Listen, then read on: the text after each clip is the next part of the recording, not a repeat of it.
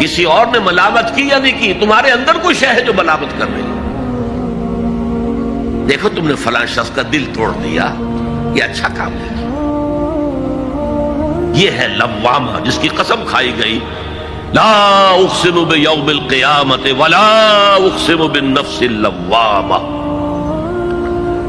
یہ نفس لوامہ ہر انسان میں ہے، اور جیسے ہمارے ظاہری وجود کے تقاضے ہیں، بھوک لگتی ہے، پیاس لگتی ہے، اسے کپڑے کی ضرورت ہے موسمی اثرات سے بچاؤ کے لیے، یہ جو مانوی شخصیت ہماری اندر ہے یہ بھی کچھ ڈیمانڈ کرتی ہے، اور انسان اپنے آپ کو مطمئن کرتا ہے، ریشنلائز کرتا ہے، ٹھیک ہے یہ تو خرابیاں ہیں، لیکن میں نے یہ کام بھی تو آخر کی ہے نا۔ کہ انسان کی ایک لازمی ضرورت ہے اپنے ضمیر کو مطمئن کرنا۔ اب دیکھیے ہمارے ہاں کے مختلف طبقات میں مختلف تصورات ہیں نیکی کے جو رائج ہیں۔ ہمارے ہاں ایک مذہبی طبقہ ہے جس کے نزدیک اصل اہمیت ریچولز کی ہے، عبادات کی ہے، رسومات کی ہے۔ معاملات میں وہ دھوکہ دے رہے ہیں، سودا کر کے پھر گئے، ان کے دلوں میں نرمی نہیں ہے، سائلوں کو دھتکارتے ہیں، لیکن ایک بات سے بہت دیکھیں، سودی کاروبار کرتے ہیں۔ ٹھیک ہے بھائی، میں سودی کاروبار تو کرتا ہوں، میں نے مسجد میں تو بنوائی ہے، میں نے مسجد میں جھاڑ بھی تو لگوا دیا ہے، میں نے مسجد میں قالین بھی تو بچھوایا ہے۔ تو نیکی کا ایک تصور یہ ہے ہمارے یہاں، اس کا بالکل برعکس ایک تصور ہے جدید تعلیم یافتہ طبقات کا تصور۔ آپ نے بارہا سنا ہوگا گفتگو، بھائی اصل نیکی یہ ہے کہ کوئی کسی کو دھوکہ نہ دے، جھوٹ نہ بولے، وعدہ پورا کرے، اپنا فرض صحیح طور سے ادا کرے، کہیں ملازم ہے تو اپنے فرائض صحیح طور سے ادا کرے۔ باقی رہ گئی نماز روزہ، یہ تو انفرادی باتیں ہیں، یہ کوئی کرتا ہے تو اپنے لیے، نہیں کرتا ہے تو کوئی بات نہیں۔ یہ دونوں ایک دوسرے کے بالکل برعکس تصورات ہیں، اور یہ ہمارے معاشرے میں جدید تعلیم یافتہ طبقات کا تصور نیکی اور ہمارے قدیم علماء اور ان کے زیر اثر جو عوام ہیں ان کے تصور نیکی میں یہ زمین و آسمان کا فرق ہے۔ آپ کو معلوم ہے کہ اپنی جسم فروش عورتیں جو ہیں وہ بھی نیکی کا کوئی نہ کوئی کام کرتی ہیں۔ آپ دیکھیں گے محرم میں سیاہ کپڑے پہن کے جلوس کے آگے آگے جا رہی ہیں، سبیلیں لگا رہی ہیں، مختلف مزاروں میں جب عرس ہوتا ہے وہاں جاتی ہیں، دھمال کھیلتی ہیں، وہی سیاہ کپڑے پہن کے، وہ بھی اپنے آپ کو مطمئن کرتی ہیں۔ مشہور ہے ایک واقعہ شہنشاہ عالمگیر اورنگزیب کا، اس نے دلی میں گانے بجانے پر پابندی لگا دی۔ اب ظاہر بات ہے جن کا یہ پیشہ تھا ان کا دھندا ختم تو آمدنی ختم، لاکھ کوششیں کی لیکن اورنگزیب ٹس سے بس نہیں ہوا۔ پھر انہوں نے ایک عجیب ترکیب کی، وہ دریائے جمنا بالکل ساتھ بہتا تھا، یہ قلعہ اس شکل میں بنایا گیا، اب تو ذرا فاصلے پر، تو ایک کشتی میں وہ جمع ہو گئے، سازندے بھی اور ساز بھی اور گاتے بجاتے ہوئے۔ انہیں معلوم تھا فلاں وقت جو ہے بادشاہ جھروکے میں بیٹھ کر دریا کی سیر کرتا ہے، وہاں سے گزرے اور ایک شعر گاتے ہوئے گزرے، در کوئے نیک نامی مارا گزر نہ دارند، گر تو نمی پسندی تقدیر قدارا۔ در کوئے نیک نامی، یہ نیکی جو ہے اس کے کوچے میں ہمارا گزر ہی نہیں ہے۔ در کوئے نیک نامی مارا گزر نہ دارند، یہ تو اللہ کی طرف سے فیصلہ ہے، اس کی مقرر کردہ تقدیر ہے۔ گر تو نمی پسندی تغییر کل قضارا، اگر تجھے پسند نہیں ہے تو تقدیر بدل دے۔ تو بادشاہ ہنس پڑا اور اس نے کہا کہ ٹھیک ہے بھائی، گانے بجانے کی حد تک تمہیں اجازت ہے۔ تو ہر ایک طبقے کا اپنا ایک تصور ہے نیکی کا، جیسے میں نے پہلے عرض کیا، بڑے بڑے ڈاکو جو ہیں وہ اپنے علاقے کے بیواؤں یتیموں کی سرپرستی کرتے ہیں، ویسے نہایت درندگی، صفاقی، انسانی جان کی کوئی حیثیت ہی نہیں۔ تو نیکی اصل میں کس شے کا نام ہے، کون سی چڑیا کا نام ہے، نیکی حقیقت میں کیا ہے، وہ ہے اس آیت کا مضمون۔ میں مثال دیا کرتا ہوں، ایک عام قصہ ہے کہ کسی گاؤں میں پہلی مرتبہ ہاتھی آیا۔ اب وہاں نابینا لوگ جو تھے انہیں بھی پتہ چلا ایک عجیب جانور آیا ہے۔ وہ آئے اور کسی نے اس کی ٹانگ کو ٹٹولا، اس نے کہا ہاتھی ایک ستون کے مانند ہے۔ کسی کا اس کے کان کے اوپر ہاتھ پڑا، اس نے کہا چھاج کے مانند ہے وہ۔ کسی نے پیٹ کو ٹٹولا، بہت بڑا ڈھول ہے وہ۔ بالکل یہی معاملہ ہے نیکی کے تصور کے بارے میں۔ اڑائے کچھ ورق لالے نے، کچھ نرگس نے، کچھ گل نے، چمن میں ہر طرف بکھری ہوئی ہے داستان میری۔ کسی نے نیکی کا ایک حصہ لے لیا، کسی نے دوسرا لے لیا، کسی نے تیسرا لے لیا۔ وہ مکمل سراپا نیکی، حقیقی نیکی کس میں ہے، یہ ہے اس آیت کا مضمون۔ اب چوتھے نمبر پر یہ تمہیدی باتیں جو میں عرض کر رہا ہوں، اس آیت کا پس منظر کیا ہے جسے ہم کہتے ہیں شان نزول؟ کیا بحث چل رہی تھی جس میں ہدایت کے لیے یہ آیت نازل ہوئی؟ تو ذہن میں رکھیے کہ تحویل قبلہ اس آیت کا پس منظر ہے، شان نزول ہے۔ آپ کو معلوم ہے مکے میں جب تک حضور رہے، آپ جب نماز پڑھتے تھے تو آپ جنوبی جانب کھڑے ہوتے تھے، یعنی رکن یمانی اور وہ کونا کہ جس میں حجر اسود نصب ہے، ان دونوں کے درمیان کھڑے ہوئے کعبے کی طرف رخ کیا، تو اسی رخ پر بیت المقدس بھی ہے۔ اسے کہتے ہیں استقبال قبلتین، دونوں قبلوں کا بیک وقت استقبال ہو گیا، رخ ہو گیا دونوں طرف، خانہ کعبہ کے بھی اور بیت المقدس کے بھی۔ مدینے میں آ کر تو یہ ناممکن ہے۔ اب اگر کعبے کی طرف رخ کرو گے تو بیت المقدس کی طرف پشت ہو جائے گی، وہ شمال میں ہے، یہ جنوب میں ہے۔ اگر بیت المقدس کی طرف رخ کرو گے تو کعبے کی طرف پیٹھ ہوگی۔ لیکن آپ کو معلوم ہے کہ حضور نے 16 یا 17 مہینے مدینے آنے کے بعد بیت المقدس کی طرف رخ کر کے نماز پڑھی۔ اب ایک شکل تو یہ ہے کہ یہ حضور کا ذاتی اجتہاد ہو اور اس کو اللہ نے تسلیم کر لیا ہو کہ ٹھیک ہے، یہ بھی ممکن ہے۔ اسے تقریر کہتے ہیں اصطلاح میں۔ حدیث کس چیز کا نام ہے؟ حضور کا قول یا فعل یا تقریر۔ پہلی دونوں چیزیں تو آپ جانتے، قول اور فعل۔ یہ تقریر کیا ہے؟ حضور کے سامنے کوئی کام کیا گیا اور حضور نے نہیں روکا، تو امپلائڈ ہے اس کے اندر کہ یہ کام حرام نہیں ہے، حضور کے سامنے ہوا ہے، آپ نے روکا نہیں۔ تو اگر یہ ذاتی اجتہاد تھا تو تقریر ہو گئی اس کی اللہ کی طرف سے۔ لیکن زیادہ غالب پہلو یہ ہے کہ یہ اللہ کے حکم سے حضور نے کیا، اور یہ حکم وحی خفی کے ذریعے سے آیا، اس لیے کہ قرآن مجید میں اس کا ذکر نہیں کہ اللہ نے حکم دیا ہو کہ اے محمد صلی اللہ علیہ وسلم اب آپ اور آپ کے ساتھی بیت المقدس کی طرف رخ کر کے نماز پڑھے، یہ نہیں ہے۔ تو یہ وحی خفی، وحی جلی، وحی خفی، دو قسم کی وحیاں حضور کو ہوتی تھی۔ نبی کے لیے تو وحی خفی بھی وحی جلی کے اسی کے حکم میں ہے، لیکن عام آدمی کا کوئی ولی اللہ بڑے سے بڑا ہو، اس کی بھی اس کا کشف، اس کا الہام حجت نہیں ہے دین میں۔ بہرحال یہ شاید حضور کو اللہ نے وحی خفی کے ذریعے حکم دیا۔ اس کا ایک بہت بڑا سیاسی فائدہ ہوا حضور کو، اور وہ یہ کہ مدینے میں آ کر آپ کا واسطہ پڑا یہودیوں سے۔ وہ بہت منظم تھے، تعلیم یافتہ تھے، بہت کلچرڈ تھے، ان کے ہاں فقہا تھے، ان کے ہاں مفتی لوگ موجود تھے.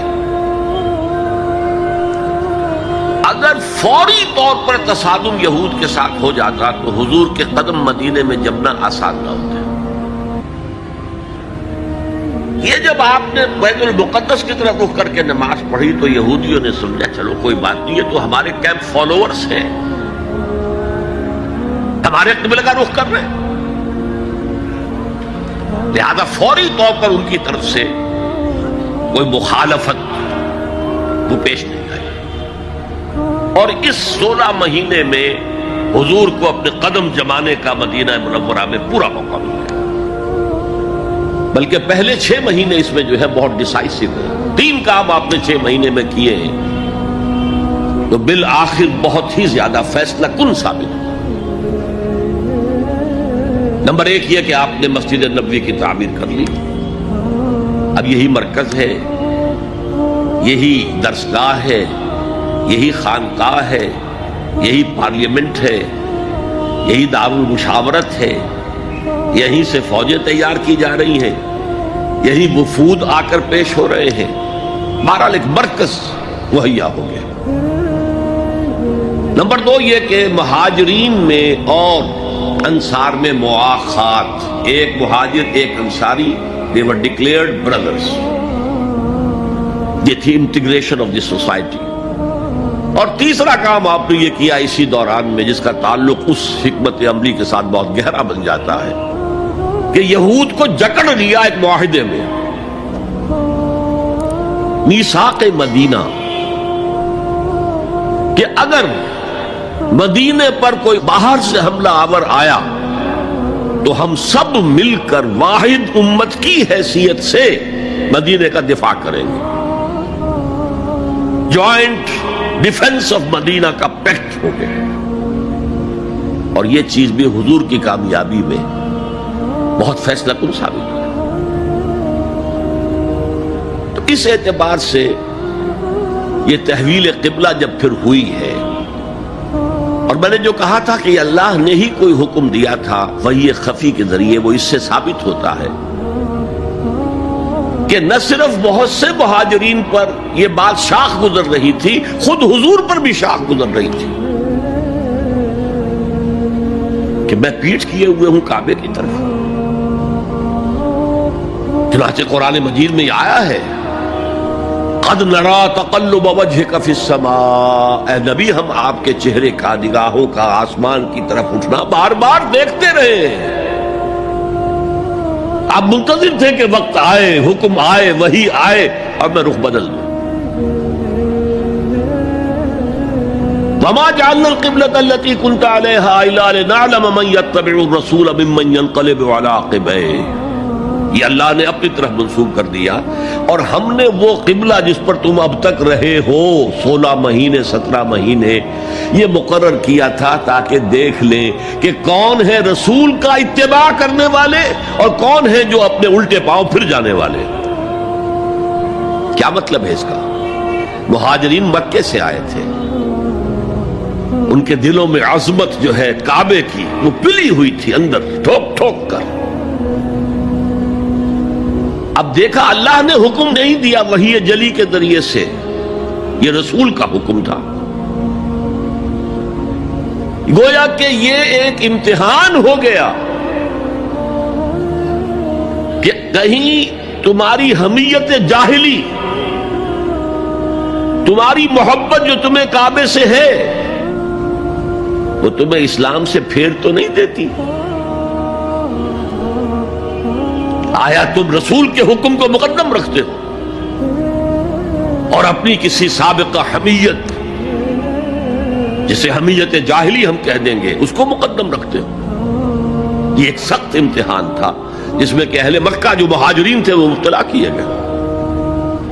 اور خاص طور پر یہ بات کہ رسول کا حکم ماننے کی تاکید، چاہے ابھی قرآن میں کوئی آیت نہیں آئی ہے لیکن حقیقی مومن کے لیے رسول کا فرمانا بھی ایسے ہی ہے جیسے کہ اللہ کا فرمانا. اس کی تربیت بھی ہو گئی. لیکن یہ کہ اکثر کا معاملہ یہ تھا کہ یہ معاملہ شاخ گزر رہا تھا. یہاں یہاں تک کہ حضور کا معاملہ بھی تھا، قد نرا تقلب وجهك في السماء فلنولینک قبلۃ ترضاها، تو اے نبی ہم بدل دیں گے قبلہ وہ جو آپ کو پسند ہے، اب رخ کرو مسجد حرام کی طرف، فولوا وجوہکم شطر المسجد الحرام، اب اپنا رخ کر لو مسجد حرام کی طرف۔ چنانچہ مدینے میں ایک مسجد القبلتین ہے، جو حضرات گئے ہیں زیارت کرتے ہیں انہوں نے زیارت کی ہو۔ حضور مدینے سے باہر ایک قبیلے کی جگہ تھی، وہ وہاں گئے ہوئے تھے، کوئی دعوت طعام تھی، دوپہر کا کھانا تھا، اسی وقت ظہر کا وقت ہو گیا۔ حضور نے جماعت کھڑی کی اور قبلہ جو ہے بیت المقدس، اسی نماز کے دوران یہ آیات وہی نازل ہو گئی، آپ نے فوراً رخ بدلا اور پوری جماعت نے رخ بدل لیا، اور اسی لیے اس مسجد میں دو قبلے ہیں، دو محرابیں ہیں، ایک شمال کی جانب بیت المقدس کی جانب، دوسری جنوب کی جانب یعنی مکہ مکرمہ کی جانب۔ اب یہ تحویل قبلہ جو ہے یہ ہے بات اصل میں سمجھنے کی، ایک بہت بڑے فتنے کی بنیاد بن گیا۔ فتنہ آزمائش کو کہتے ہیں اور فتنہ فساد کو بھی کہتے ہیں۔ فساد یہودیوں کی طرف سے شروع ہوا، یہ کیسا نبی ہے جس کا قبلہ ہی معین نہیں، ابھی یہ شمال کی طرف رخ کر کے نماز پڑھ رہا تھا اور اب اس نے جو ہے جنوب کی طرف رخ کر لیا، کیسا رسول ہے یہ، کیسا نبی ہے؟ حضور کے خلاف لوگوں کو بھڑکانے کا انہیں اب ایک موقع ہاتھ آ گیا، اور آپ کے علم میں ہے کہ اوس اور خزرج کے جو عوام ہیں وہ یہود کے بہت زیر اثر تھے، بہت زیر اثر تھے۔ وہی بات کہ وہ سمجھتے تھے ہمارے پاس نہ کوئی شریعت ہے، نہ کتاب ہے، نہ کوئی قانون ہے، نہ ہمارے ہاں کوئی مفتی ہے، نہ قاضی ہے، ان کے ہاں تو کتاب ہے، شریعت ہے، مفتی ہے، قاضی ہے، ان کا تو بہرحال کلچرڈ لوگ ہیں، تو ایک رعب تھا ان کا۔ لہذا یہ ایک ان کو موقع مل گیا کہ اس پر لوگوں کے جذبات کو بھڑکائیں اور حضور سے برگشتہ کر دیں۔ دوسری طرف سادہ لو مسلمانوں کے اندر بھی ایک فتنہ بطور آزمائش آ گیا کہ اگر اصل قبلہ یہ تھا تو یہ 16 مہینے کی نمازیں تو ہماری اکارت گئی، غلط رخ پر پڑی ہم نے، اور نماز تو دین کا اصل ستون ہے، اور یہ نمازیں ہماری ضائع ہو گئی۔ یہ ان کے دلوں میں ایک وسوسہ پیدا ہوا۔ اس پہلو سے اس مسئلے پر بڑی مفصل گفتگو قرآن میں ہوئی ہے، میرے اور آپ کے لیے، بلکہ مجھے اعتراف ہے کہ میں یہ سوچتا رہا اتنی مفصل گفتگو بار بار فولوا وجوہکم شطر المسجد الحرام، فولوا وجوہکم شطر، یہ بار بار پورے 2 رکوع قرآن مجید میں، سورہ بقرہ کا 17واں رکوع 18واں رکوع اسی پر، اس لیے کہ ہم اس سینسٹیونیس کا اندازہ نہیں کر سکتے کہ جو اس وقت پیدا ہو گئی تھی اس پر۔ تحویل قبلہ پر یہ معمولی نہیں بات تھی، یہود نے سمجھ لیا تھا کہ اب معلوم ہوا یہ ایک نئی امت کا آغاز ہے، اس کا مرکز اب نیا بن گیا ہے۔ اب تک وہ سوچ رہے تھے کہ ہمارے ہی، چنانچہ ایک اور واقعہ ہوا تھا کہ یہ عاشورہ کا روزہ رکھتے تھے یہودی، حضور نے پوچھا کیوں رکھتے ہو 10ویں محرم کا روزہ؟ انہوں نے کہا کہ اصل میں ہمیں جو نجات ملی تھی فرعون سے، اور فرعون کو جو غرق کیا گیا تھا لاؤ لشکر سمیت، وہ 10 محرم کو ہوا تھا، ہم شکرانے کے طور پر روزہ رکھتے ہیں۔ حضور نے فرمایا کہ موسیٰ کے تو ہم تم سے زیادہ مستحق ہیں، لہذا مسلمانوں کو حکم دیا کہ تم بھی 10ویں محرم کا روزہ رکھا کرو۔ اب یہ چیزیں ایسی تھیں کہ جس سے وہ پیسیفائڈ تھے ایک طرح سے کہ نہیں یہ کوئی نئی چیز نہیں ہے، یہ ہمارے کیمپ فالوورز، بلکہ حضور نے فرمایا تم 2 روز کا روزہ رکھو، 9ویں محرم کا بھی 10ویں کا بھی۔ بہرحال اس پر جو ایک تشویش ہوئی ہے، اس تشویش کو دور کرنے کے لیے 2 رکوع 17واں 18واں رکوع 2 رکوع پورے کے پورے اسی بحث پر مشتمل ہیں۔ اور اس کے علاوہ اب میں مثال دوں کہ میرا ایک ہاتھ یوں ہے، ایک ہاتھ یوں ہے، بیچ میں میرا جسم ہے، تو اس بحث کا جسم جو ہے وہ تو وہ دو رکوع ہیں، رکوع 17واں 18واں، لیکن ادھر دور پہلے ایک آیت آ گئی تھی جس نے زمین ہموار کی، للہ المشرق والمغرب فینما تولوا فثم وجہ اللہ. دو رکوع پہلے، مشرق و مغرب سب اللہ کے ہیں، جدھر بھی رخ کرو اللہ کا رخ ہے. قبلے کا مطلب یہ تو نہیں ہے کہ اللہ اس سمت میں محدود ہے، معاذ اللہ. اللہ کا رخ، اللہ تو مشرق میں ہے، مغرب میں ہے، شمال میں ہے، جنوب میں ہے، فوق میں ہے، تحت میں ہے، ہر جگہ ہے. للہ المشرق والمغرب فینما تولوا فثم وجہ اللہ. مشرق و مغرب سب اللہ کے ہیں، جدھر بھی تم رخ کرو گے وہ اللہ کا رخ ہے. یہ ایک تمہید ہو گئی تھی. اس کے بعد ویسے وہاں جا کر عجیب سا محسوس ہوتا ہے کہ یہاں تو کوئی سیاق و سباق تو تھا نہیں. یہ آیت کس حوالے سے آئی ہے؟ اصل میں اس بحث کے لیے تمہید وہاں سے شروع کر کے بات چھوڑ دی گئی، اور پھر دو رکوع آگے جو ہے وہ یہ آیت آ گئی کہ اگر ابھی کوئی ریزیڈول ایفیکٹ باقی ہے تو اب ان سے کہا جا رہا ہے سخن شناس نئی دل برا خطائی جاست. لوگوں تم بات نہیں سمجھتے، سخن شناس نہیں ہو اے میرے محبوب. دل برا، سخن شناس نئی دل برا خطائی جا. خطا یہاں ہے، تم جسے اصل نیکی سمجھ بیٹھے ہو، ریچول، ظاہری شکل، وہ اصل نیکی نہیں ہے، وہ کل نیکی نہیں ہے. نیکی تو اصل میں ایک روح ہے جو پورے وجود میں سرایت کرتی ہے، ایک بالکل مختلف انسان وجود میں لاتی ہے، ایک پورا مختلف کردار وجود میں لاتی ہے. نیکی تو حقیقت میں وہ ہے. جیسے کہ ہمیں معلوم ہے نماز کا ایک ظاہر ہے، فقہ اس سے بحث کرے گی، لیکن اصل نماز آپ کو اللہ کی حضوری کا شرف حاصل ہوا؟ کچھ حضور قلب میسر آیا؟ کوئی خشوع و خضوع ہوا؟ کوئی اللہ کے ساتھ مخاطبت اور مکالمے کی صورت پیدا ہوئی؟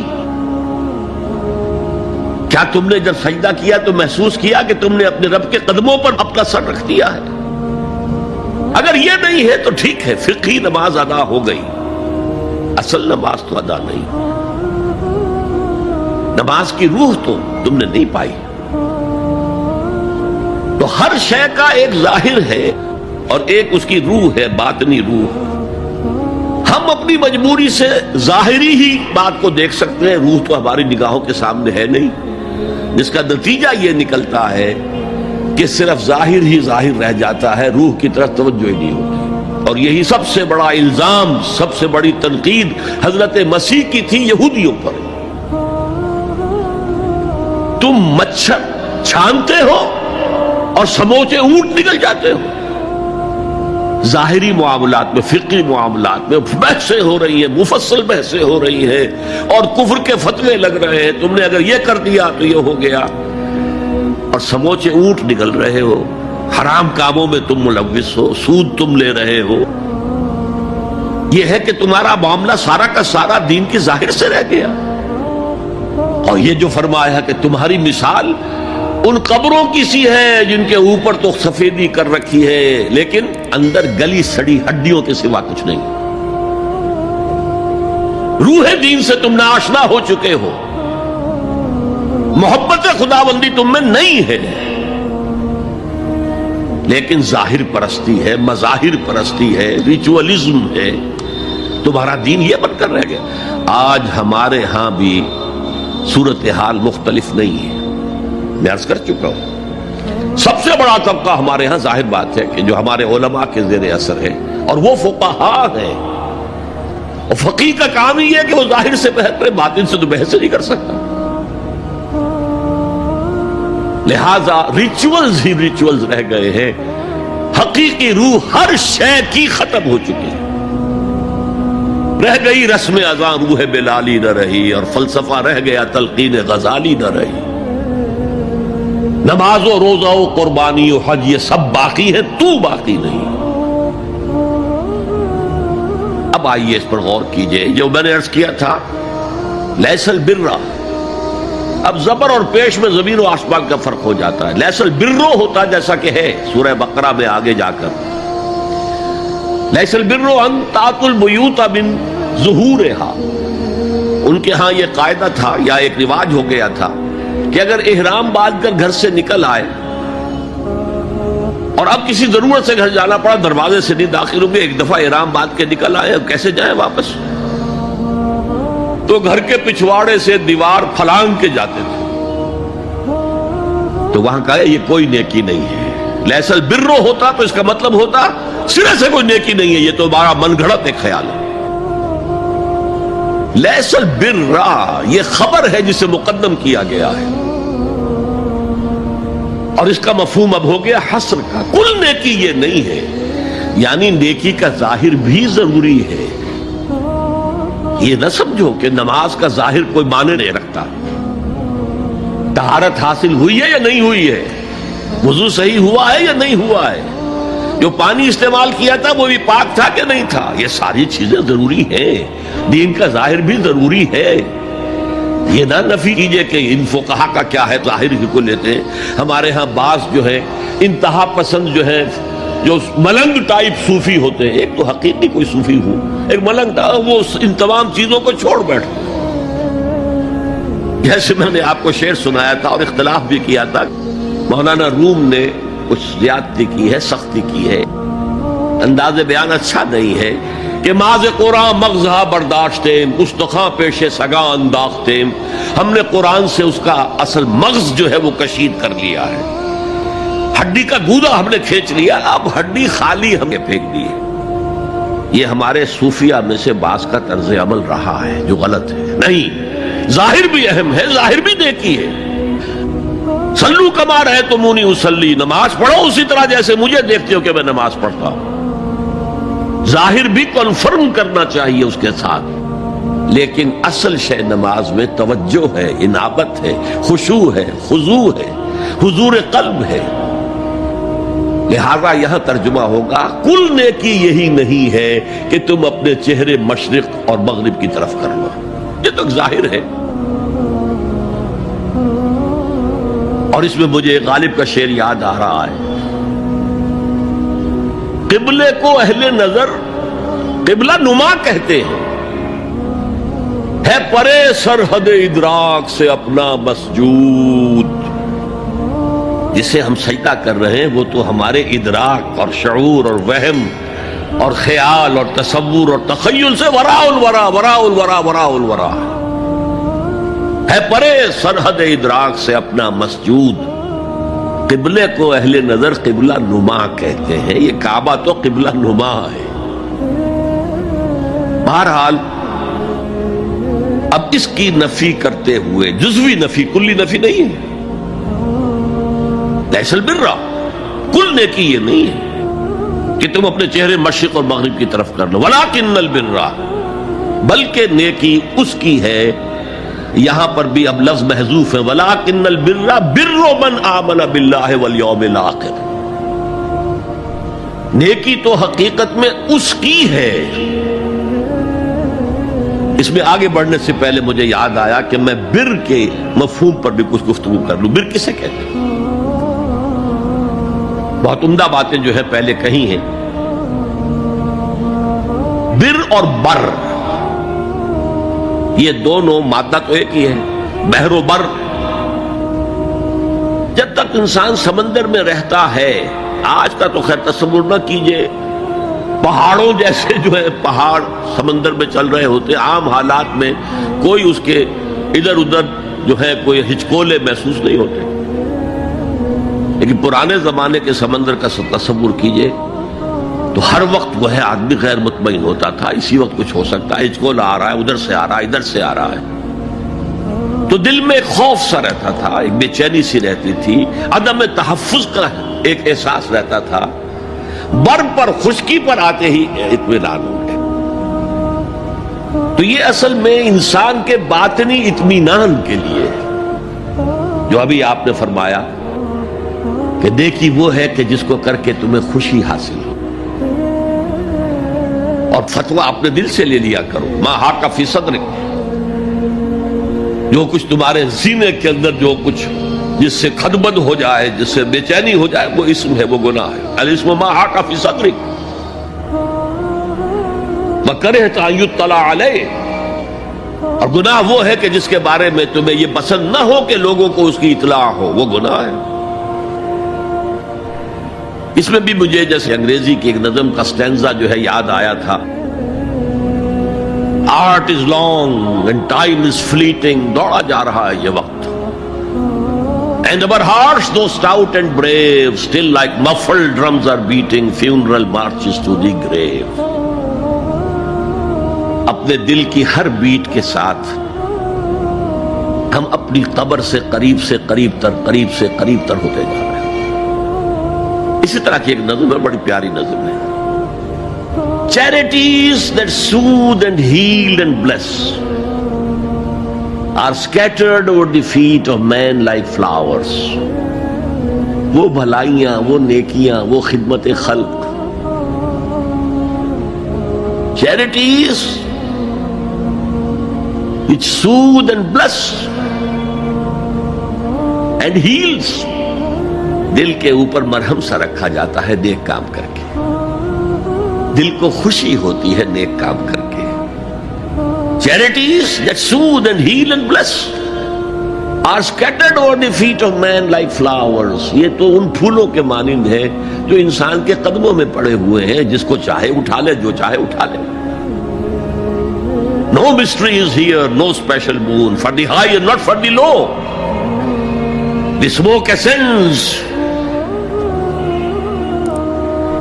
as high from the heart of a humble cottage as from that of a haughty palace۔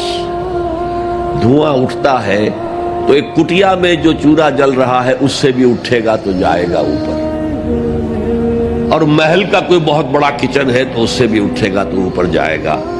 لہذا یہ غریب اور امیر کا فرق نہیں ہے، ہر شخص اس نیکی میں سے حصہ لے سکتا ہے۔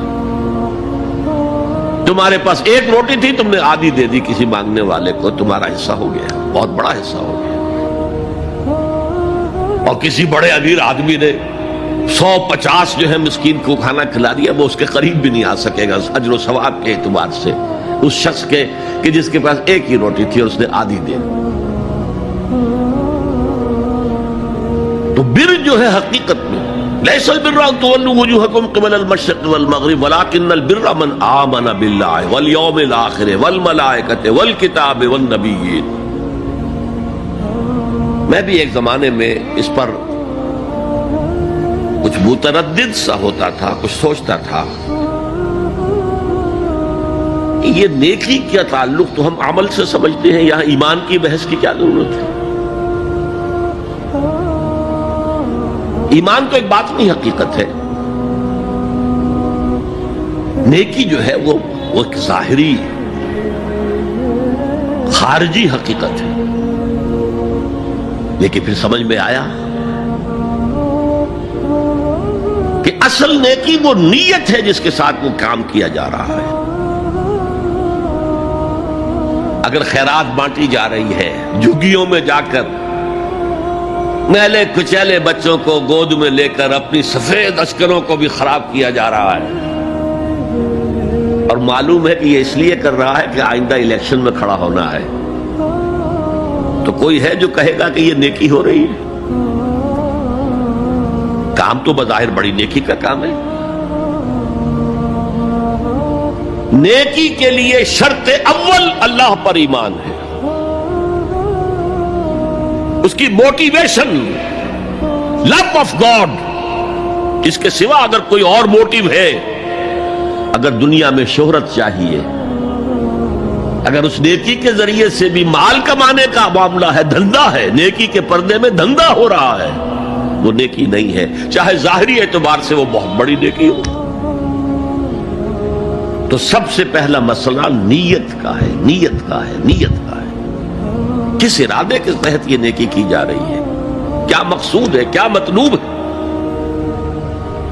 چنانچہ نوٹ کیجئے، اکثر محدثین نے اپنے جو مجموعے مرتب کیے احادیث کے، ان میں پہلی آیت کون سی، پہلی حدیث کون سی لاتے ہیں؟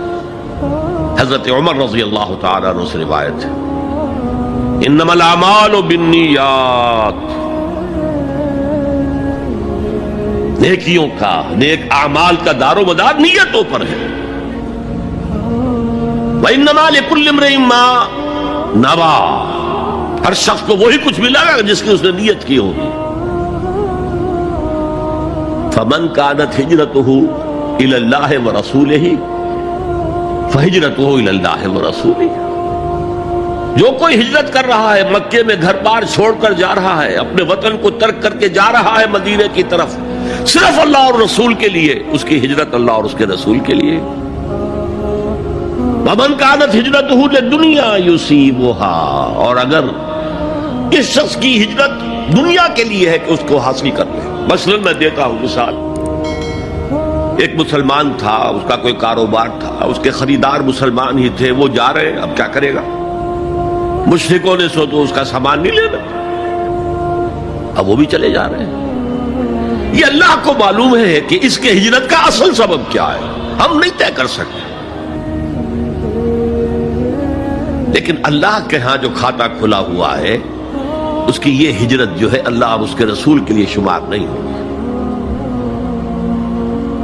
وَمَنْ كَانَتْ هِجْرَتُهُ لِدُنْيَا يُصِيبُهَا أَوْ امْرَأَةٍ يَنكِحُهَا، یا کسی عورت کے لیے ہو کہ اس سے نکاح کرے، کسی خاتون سے وہ شادی کا خواہش مند تھا، وہ خاتون ہجرت کر کے مدینے چلی گئی، اب یہ بھی باندھے کچے دھاگے سے بندھے ہوئے چلے جا رہے ہیں، تو یہ تو در حقیقت اس عورت کے کھاتے میں ہجرت جائے گی، اللہ اور اس کے رسول کے ہجرت میں نہیں۔ تو اصل شے یہ ہے، نیکی کا وہ کام جس کا ظاہر بھی نیکی کا ہو اور باطن بھی ہو، کہ موٹیویشن صرف اللہ کی رضا ہو، اللہ کی محبت اور اللہ کی رضا کا حصول، یہ ہے پازیٹو موٹیو۔ ایک نیگیٹو سائیڈ بھی ہے، سب لوگ ذہنی اعتبار سے اتنے بلند نہیں ہوتے کہ اللہ کی محبت وہی اصل محرک بن جائے۔ یہی وجہ ہے کہ حضور نے اس کو صلی اللہ علیہ وسلم کمال ایمان سے تعبیر کیا ہے، من احب للہ وابغض للہ واعطى للہ ومنع للہ فقد استکمل الایمان، جس نے کسی سے محبت کی تو اللہ کے لیے کی ہے، کسی سے نفرت اور بغض رکھا تو اللہ کے لیے رکھا، کہ اللہ کو اس سے نفرت کرنا پسند ہے، اور کسی کو کچھ دیا تو اللہ کو خوش کرنے کے لیے دیا، اور کسی سے کچھ چیز روکی تو صرف اس لیے کہ اللہ کو اس کا روکنا پسند ہے، تو اس شخص نے اپنے ایمان کی تکمیل کر لی۔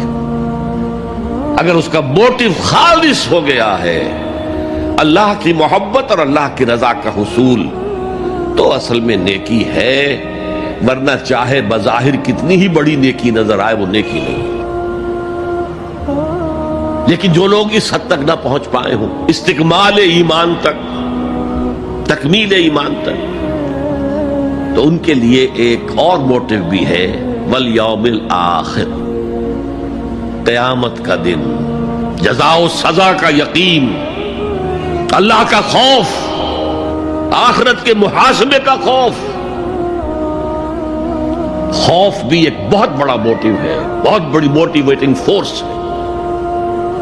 اب میں یوں کہوں گا کہ اگر کسی عمل کا محرک ہے صرف اللہ کی محبت، اس کی رضا کا حصول اور آخرت کی نجات، تو وہ نیکی ہے۔ اگر یہ نہیں ہے، کوئی وطن پرست ہے، وطن کی محبت کی وجہ سے کوئی نیک کام کر رہا ہے، اس کا وہ کام وطن پرستی کے کھاتے میں جائے گا، خدا پرستی کے کھاتے میں نہیں جائے گا۔ کوئی قوم پرست ہے، اپنے قوم کی محبت میں کچھ کر رہا ہے، تو اس کا وہ نیک کام قوم پرستی کے کھاتے میں جمع ہوگا، خدا کی پرستش کے لیے نہیں۔ یہ ہے موٹیو کا فرق، اور یہ ہے موٹیو کی اہمیت، اور اس کا تعلق ہے ایمان باللہ اور ایمان بالآخرہ سے۔ ایک حدیث میں حضور نے فرمایا کہ قیامت کے دن سب سے پہلے 3 اشخاص کا معاملہ پیش ہوگا۔ ایک وہ تھا کہ جو اللہ کی راہ میں جنگ کرتا ہوا مارا گیا تھا، دنیا میں شہید سمجھا جا رہا تھا۔ ایک وہ تھا جسے اللہ نے علم بہت دیا تھا اور اس نے علم کو پھیلایا، خوب پھیلایا۔ اور ایک وہ جس کے پاس جس کو اللہ نے بہت دولت دی تھی، اور اس نے دولت جو ہے نیکی کے کاموں میں، بھلائی کے کاموں میں، غربا، یتامیٰ، مساکین کے لیے خرچ کیا۔ اب اللہ پوچھے گا ان شہید صاحب سے کہ دیکھو میں نے تمہیں صحت دی تھی، جسمانی قوت دی تھی، تم نے کیا کیا؟ وہ کہے گا اے اللہ میں نے تیرے لیے قتال کیا اور اپنی جان دے دی۔ اللہ فرمائے گا کذبتا، تو نے جھوٹ بولا، انک قد قاتلت لأن یقال جریء، تو نے تو یہ جنگ میں حصہ لیا تھا اس لیے کہ تیری شجاعت کا ڈنکا بج جائے، تیری جرأت کی شہرت ہو جائے۔ وقد قیلا، وہ کہا جا چکا، اب یہاں تمہارے لیے کچھ نہیں ہے۔ اور فرشتوں کو حکم ہوگا اور اوندے منہ گھسیٹتے ہوئے اس کو جہنم میں ڈال دیں۔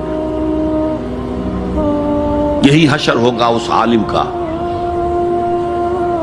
تو نے وہ نیکی کا کام کیا تھا، لئن یقال عالم، کہا جا چکا دنیا میں، ڈنکا بج چکا تمہاری شہرت کا۔ اب اس میں نوٹ کیجئے، اگر کسی عالم کے علم کا ڈنکا بج جائے، اس کی اپنی نیت وہ نہیں تھی تو اس کے اندر کوئی خرابی نہیں ہے۔ یہاں معاملہ نیت کا ہے۔ اگر نیت یہ ہو کہ میرے علم کی شہرت ہو جائے، میرے ہاتھ چومے جائیں، مجھے نذرانے پیش کیے جائیں، تو پھر وہی حشر اس کا ہوگا کہ اوندھے منہ گھسیٹ کر جہنم میں ڈال دیا جائے۔ یہی حشر اس سخی کا ہوگا جس نے سخاوت کی تھی، جس کی سخاوت کے ڈنکے بج گئے تھے، اس کا بھی یہی حشر ہوگا۔ تو انما الاعمال بالنیات، اور یہاں نیکی کی بحث میں سب سے پہلے ولکن البر بر من آمن باللہ والیوم الآخر۔ اب جو والملائکۃ والکتاب والنبیین، ان تینوں کو جمع کر لیجئے، اس سے مراد ہے نبوت اور رسالت۔ ملائکہ وحی کا ذریعہ ہے جو انبیاء تک لے کر آتے رہے، اس وحی کا جو ریکارڈ مرتب ہوا وہ کتابیں ہیں،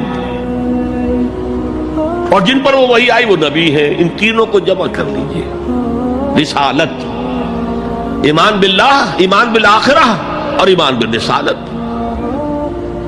اب اس کا تعلق کیا ہے نیکی کے ساتھ؟ یہ ذرا گہری بات ہے۔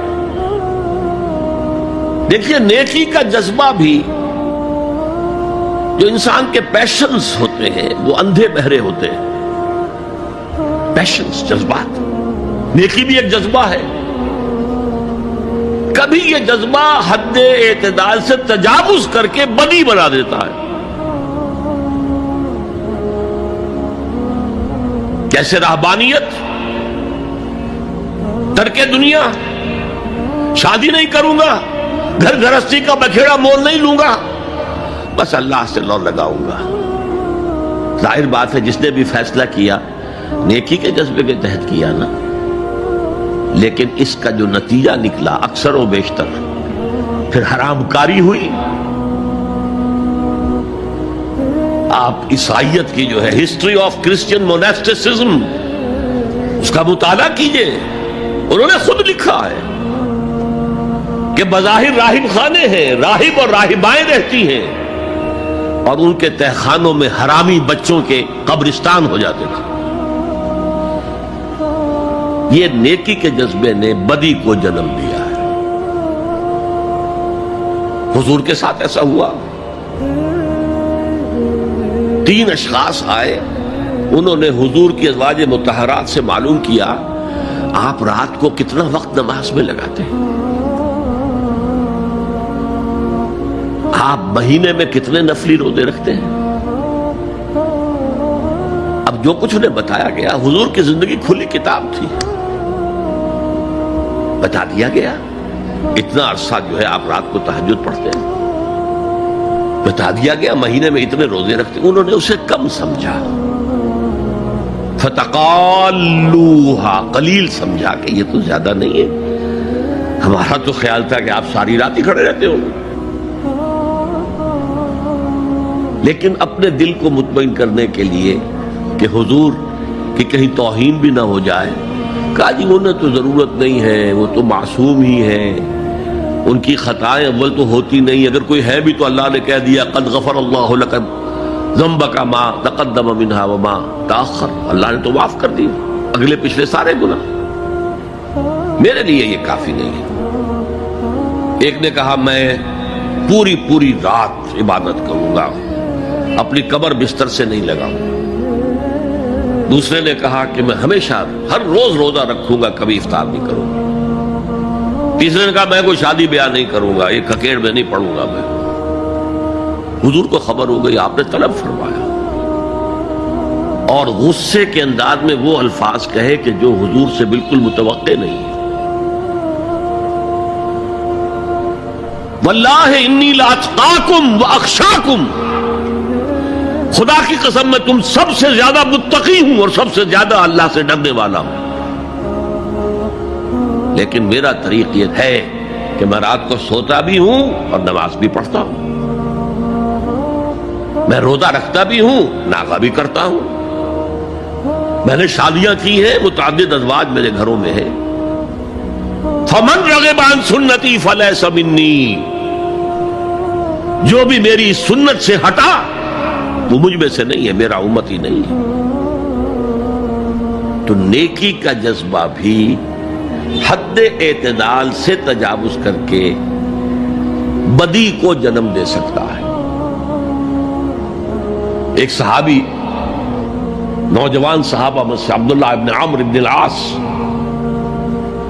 عجیب یہ بات ہے کہ باپ جو ہے بہت بڑا سیاستدان، بہت بڑا جری سپہ سالار، بہت بڑا حکمران، حضرت عمرو بن العاص، بیٹا نہایت زاہد و عابد، مرتاس، زاہد مرتاس، ساری رات کھڑے ہیں، بستر سے کمر ہی نہیں لگائی، ہر روز روزے سے ہیں. یہ خبر دی گئی حضور کو تو آپ نے طلب فرمایا یا عبداللہ اولم اخبر انک تقوم اللیل وتصوم النہار، اے عبداللہ مجھے یہ خبر نہیں دی گئی ہے، یعنی یہ بات جو ہے صحیح ہے کہ نہیں کہ تم ساری رات عبادت کرتے ہو، ہر روز روزہ رکھتے ہو؟ کیا کہہ سکتے تھے؟ بلا یا رسول اللہ، حضور ایسا تو ہے. فرمایا لا تفعل، ہرگز ایسا مت کرو. فإن لزوجك عليك حقا وإن لزورك عليك حقا بل إن لنفسك عليك حقا، تمہارے نفس کے بھی تم پر حقوق ہیں، تمہاری بیوی کے بھی تم پر حقوق ہیں. ان کی زوجہ سے کسی نے پوچھا تھا تم ہمیشہ میلی کچیلی رہتی ہو، کبھی ہم نے تمہیں کسی اچھے لباس میں کس کوئی جسے سنگھار کہہ دیتے کہ یہ میں نے دیکھا؟ تو ان کا کہ مجھے کیا غرض ہے، تمہارے بھائی کو تو مجھ سے کوئی غرض ہے ہی نہیں، میں کس کے لیے بناؤ سنگھار کروں؟ یہ بھی الفاظ آتے ہیں. فرمایا ہرگز مت کرو. میں تو کرتا ہوں، میں روزے بھی رکھتا ہوں لیکن نہیں بھی رکھتا، میں نماز پڑھتا ہوں لیکن سوتا بھی ہوں، میری بیویاں ہیں متعدد، تو میری سنت اگر تم نے چھوڑ دی تو تمہارا مجھ سے کوئی تعلق نہیں ہوگا.